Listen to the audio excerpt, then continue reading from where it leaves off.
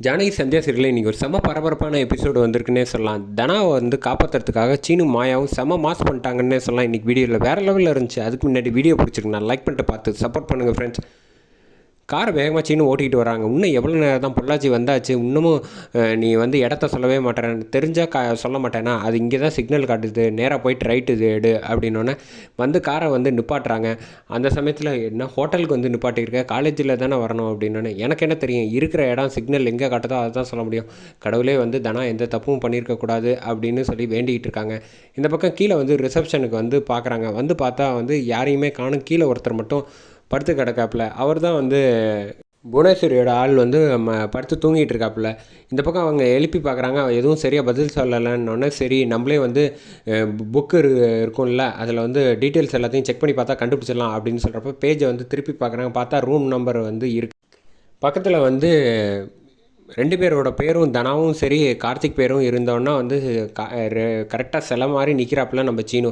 என்ன இது இப்படி பண்ணியிருக்காங்களே அப்படின்னு சொன்னோம். ஏன் எந்திரி அப்படின்னு, தூங்காத அப்படின்னு சொல்லணும். நான் எங்கே தூங்குறேன், எனக்கு பாரு இதை பார்த்தோன்னா அவங்க 2 பேர் தான் அப்படின்னோடனே இந்த பக்கம் ஜெராக்ஸில் அவங்க 2 பேர் ஃபோட்டோவோட எவிடன்ஸும் இருக்குங்கிறதுனால அது ரெண்டுத்தையும் கையில் பார்த்துட்டு ஒன்றும் சொல்ல முடியாமல் நிற்கிறாங்க. டக்குன்னு பார்த்தா ஒரு ஜீப் வருது. ஜீப்லேருந்து அதிகாரி எல்லோரும் வர ஆரம்பித்தோன்னா அவங்கள பார்த்தோன்னே என்ன பண்ணுறதுன்னு தெரியாமல் ஒரு செகண்ட் யோசிக்கிறப்ப டக்குன்னு சீனு ஸ்மார்ட்டாக அந்த பேப்பரை ரிஜிஸ்டர்லேருந்து கிழிச்சிட்டு பேக்கெட்டில் வச்சிடறாங்க. வச்சோன்னே ஆஹா இவன் புத்திசாலி ஆகிட்டான், இனிமேல் பிரச்சனை இல்லை அப்படின்னு சொல்லிட்டு மாயாவும் பின்னாடி பேக்கெட்டில் மறைச்சிடுறாங்க. மறைச்சோன்னே சொல்லுங்கள் சார், என்ன சார் ரூம் வேணுமா அப்படின்னு கேட்டேன். எங்களை பார்த்தா ரூமுக்கு கேட்குற மாதிரி வந்த மாதிரியா தெரியுது. ஆமாம், இங்கே ஜோடியாக யாராவது தங்கியிருக்காங்களா அப்படின்னு கேட்டேன்னா நிறைய பேர் தங்கியிருக்காங்க சார், எல்லோரும் ஃபேமிலி மேன் எல்லோரும் தான் இருக்காங்க அப்படின்னோடனே இங்கே பாரு நான் அதுக்கெலாம் கேட்கல, ஒரு ஜோடி மட்டும் இருக்காங்களா? ஆமாம் இருக்காங்க. எந்த ஃப்ளோரில் இருக்காங்க அப்படின்னு சொல்லியிருந்தோன்னே செகண்ட் ஃப்ளோரில் இருக்காங்க அப்படின்னு சொல்லிடுறாங்க. சொன்னோன்னே இந்தாங்க சார் சாவியை வச்சுக்கோங்கன்னு சீனு எடுத்து கொடுத்து லிஃப்ட்டில் போங்க சார் அப்படின்றப்ப லிஃப்ட்டில் எல்லோரும் கையில் மைக்கோட எல்லாருக்கிட்டையும் சொல்லிட்டு வராப்பில் மேலே அதிகாரி, இங்கே பாருங்கள் நம்ம ரூம் போகிறோம், போய் செக் பண்ணி பார்த்தோன்னா கரெக்டாக பிடிச்சிடுறோம், நீங்கள் எல்லாத்தையும் கவர் பண்ணுறீங்க அப்படின்னா ஓகே சார் எதுவாக இருந்தால் பண்ணிடலாம் அப்படின்னு சொல்லிட்டு மேலே போய் பார்க்குறாங்க. போய் பார்த்தா அந்த ரூமை திறந்து பார்த்தா அங்கே உள்ள ஆளே காணோம்.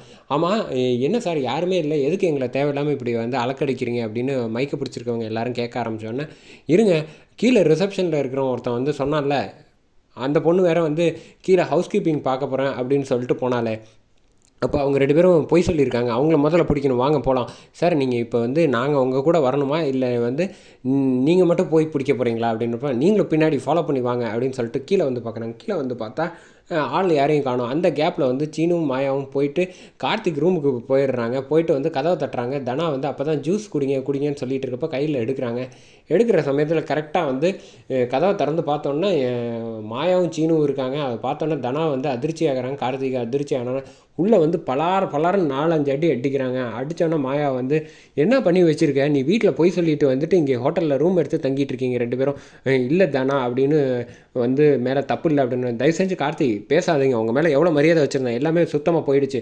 கீழே அதிகாரிங்க மைக்கோட எத்தனை பேர் இருக்காங்க தெரியுமா, இப்போ மாட்டினீங்கன்னா மொத்த குடும்பம் மானம் எல்லாமே போயிடும், வாங்க முதல்ல பேசிகிட்டு இருக்கிறதுக்கு நேரம் கிடையாது, பேகை எல்லாத்தையும் எடுத்துகிட்டு வாங்க போகலாம் அப்படின்னு சொல்லிட்டு டக்குன்னு இந்த பக்கமாக மாடிப்படியிலேருந்து இந்த பக்கம் கீழே இறங்கி வராங்க.